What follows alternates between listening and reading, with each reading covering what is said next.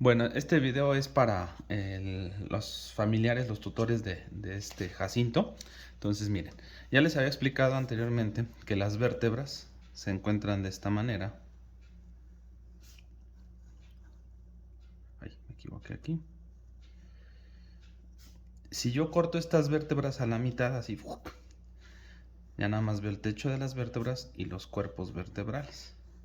Entonces, las vértebras están diseñadas para que del cerebro sale la médula espinal y esa médula espinal se proteja por dentro de las vértebras. O sea, pasan por aquí dentro, se asoman tantito, pasan por aquí dentro, se asoman tantito. Aquí como cortamos las vértebras, pues ya vemos la médula espinal constantemente. En estos espacios entre donde se asoma tantito la médula, ahí sale una arteria, vena, nervio, arteria, vena, nervio, arteria, vena, nervio. Ahora, ¿qué sucede? Tenemos los discos intervertebrales que se encuentran entre los cuerpos vertebrales. Si yo agarro esta porción de la columna, la volteo de esta manera, ¿qué es lo que sucede? Se ve el cuerpo vertebral, apófisis transversa, proceso mamilar, apófisis dorsal, proceso mamilar, así. Entonces aquí está el canal medular, aquí es donde va la médula espinal. Y el disco intervertebral se encuentra en este sitio. Aquí tenemos un núcleo pulposo que es el centro del líquido, es como un búbalo, y lo de afuera es una estructura firme que se llama anillo fibroso. Entonces, en los procesos degenerativos lo que sucede es que está el disco intervertebral y se degenera y el núcleo pulposo empieza a empujar hacia la parte más débil y más delgada del anillo fibroso, que es la parte de arriba. Entonces esto se va deformando. Pero no solamente sucede esto, sino que también, ¿qué pasa? Si yo este disco intervertebral lo volteo y lo veo de lado, el disco intervertebral debe de tener cierto ancho. Pero cuando se degenera, ¿qué sucede? Y cuando tiene ya este chipotito, esta protrusión, pues ¿qué sucede? Se adelgaza este disco intervertebral. Entonces también presenta un adelgazamiento de lado, visto del lado. Esto se le llama protrusión. Esto no llega a ser tan grave. Lo más grave es cuando esa protrusión se rompe porque la gelatinita en el núcleo pulposo sigue comprimiendo, empujando hacia arriba. Entonces llega un punto en el que se rompe este anillo fibroso y esa gelatinita sale, todo ese núcleo pulposo. Cuando se sale, por estas situaciones, puede ser por mismos procesos degenerativos, puede ser por golpes, traumatismos, pero también puede ser simplemente el proceso degenerativo de esos discos intervertebrales. Esto ya se conoce como hernia discal. Entonces, ahora, ¿qué es lo que habíamos platicado? Si esta hernia discal que se salió, si esta hernia discal, siempre el disco intervertebral, la parte más delgada es la de arriba. Pero si se rompe y se empieza a ver una hernia discal y esa hernia discal sale hacia arriba, ¿qué tenemos arriba? Pues tenemos a la médula espinal. Por lo tanto, esta hernia empieza a apretar a la médula espinal. Ahora, ¿qué pasa en el caso de Jacinto? Nosotros tenemos la médula espinal dispuesta de esta manera. Hay unas fibras que nosotros evaluamos que se llaman las fibras de la propiocepción. Esto lo hacemos al examen neurológico. Tenemos fibras. Entonces, las fibras de la propiocepción las tenemos más ventrales, son las más ventrales y las más grandes. Hay otras fibras que son las fibras de los movimientos voluntarios. Que estas fibras, ¿qué sucede? Están más céntricas, y son más pequeñas. Están las fibras de la sensibilidad superficial, que son más pequeñas y más céntricas, y están las fibras de la sensibilidad profunda. Entonces, que esas son más céntricas y más chiquitas. ¿Qué pasa con Jacinto? Esto lo evaluamos en el examen neurológico. Jacinto no tiene sensibilidad profunda. Movimientos voluntarios no tenía, tampoco. Sensibilidad superficial sí tenía sensibilidad profunda. Entonces, ¿qué quiere decir? Que aquí estas fibras están lesionadas y también estas fibras están lesionadas, las de acá están bien. Entonces, ¿cuál es el problema más común que habíamos platicado? Pues que fuera una hernia discal lo que estuviese presentando. Si una hernia discal viene de abajo hacia arriba, pues va comprimiendo en esta situación. Ahora, ¿qué sucede? Esto quisiéramos que fuera lo único que está sucediendo, pero cuando se comprime la hernia y sale el disco, ahorita lo rojo es el disco herniado, pensémoslo de esta manera, pero ¿qué sucede? Se genera inflamación en estos sitios de la médula espinal.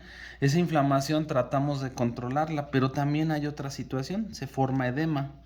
Entonces, este edema y esta inflamación son las que ahorita estamos tratando con Jacinto. Tratamos prácticamente unos días con algunos medicamentos durante la hospitalización para tratar de que no se vayan a morir más neuronas y no empeore.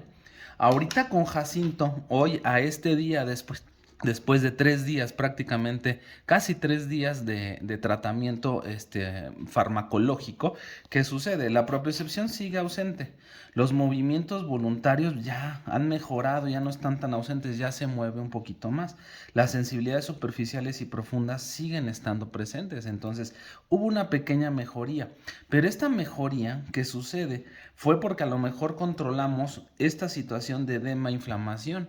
Sin embargo, todavía está la cuestión física y mecánica del disco intervertebral. Entonces, si yo quiero que esta médula pueda recuperarse lo mejor posible, entonces, si yo quiero que esa médula se recupere lo mejor posible y recuperar la propiocepción incluso, pues la mejor oportunidad que tenemos es quitar este disco herniado que está presionando. Le explicaba yo a la mamá de Jacinto, le digo, imagínese que este es su cuello y que estas son mis manos.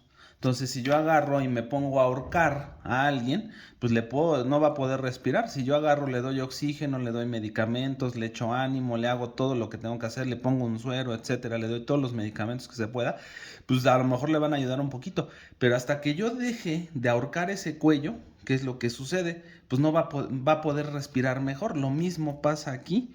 Entonces, esta es la situación que tenemos que retirar. Al retirarla, pues ya lo que esperamos es que la médula tenga el espacio y que pueda otra vez distenderse, estirarse, para que prácticamente podamos hacerlo. Ahora, ¿qué sucede? Lamentablemente, no lo podemos hacer farmacológicamente, ¿no? Entonces, por eso es que ofrecemos las situaciones de cirugía. Pero antes de cualquier cirugía, hace mucho tiempo, pues hacíamos las cirugías a ciegas. Ahorita ya tenemos la posibilidad de poder tener algunos estudios como las tomografías, las resonancias, que son las que nos ayudan. Entonces tenemos esos estudios, tomografía o resonancia, que nos ayudan a que prácticamente podamos evaluar. Ahora, no es lo mismo, si está céntrico la hernia, pues yo puedo operar del lado izquierdo, del lado derecho sin mayor problema. Pero si está lateralizada esta hernia hacia un lado, pues me conviene operar de este lado, me conviene operar del otro según hacia dónde se haya salido más esa hernia. Entonces, ¿cómo lo determino? Con los estudios de imagen avanzada. Ahora, nosotros en placas radiográficas, lo que alcanzamos a ver, les decía que los discos intervertebrales pues ocupan cierto espacio. Pero si estos discos intervertebrales se degeneraron y se adelgazaron, pues yo voy a ver un cierre del espacio intervertebral, cosa que estamos viendo en Jacinto. Lo estamos viendo entre las vértebras L2, L3. Pero, ¿qué está pasando aquí? Que yo nada más estoy viendo signos radiográficos. No estoy viendo ni los discos intervertebrales ni la médula espinal. Entonces, si tiene una hernia aquí en este sitio donde veo radiográficamente, pues está padre, lo opero y nos va bien. Pero ¿qué tal si tiene más hernias en otra parte? O como me ha tocado con otros pacientes, tiene un tumor medular. Entonces, ¿qué sucede? A lo mejor no es el mismo pronóstico, ¿no? Entonces, ¿qué es lo que sugiero yo? Bueno, van a hacer la tomografía ya de Jacinto y lo que se tiene que hacer es que hay que hacer un orificio en esta porción. Ponle pausa. Entonces, tengo que hacer un orificio, tengo que quitar hueso. En este caso vamos a quitar este hueso de aquí. ¿Para qué? Voy a borrarlo con corrector para que más se entienda lo mejor posible, ¿no? Entonces, aquí yo voy a quitar esta porción de hueso.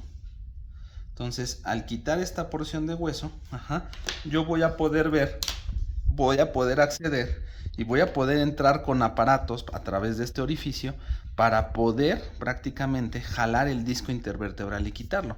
Y si yo agarro y ya quito ese disco intervertebral, pues ¿qué va a pasar? Que la médula ya no va a estar aquí toda apachurrada mal, sino que la médula ya va a poder estirarse y va a poder, en estas fibras de la propiocepción ya no van a estar, de la propiocepción de los movimientos voluntarios, ya no van a estar presionadas, se van a liberar. Y lo que nos va a quedar aquí es esperar a que el paciente vuelva a recuperar y que finalmente este paciente pueda volver a recuperar propiocepción, sus movimientos voluntarios y volver a caminar como debe de ser este paciente.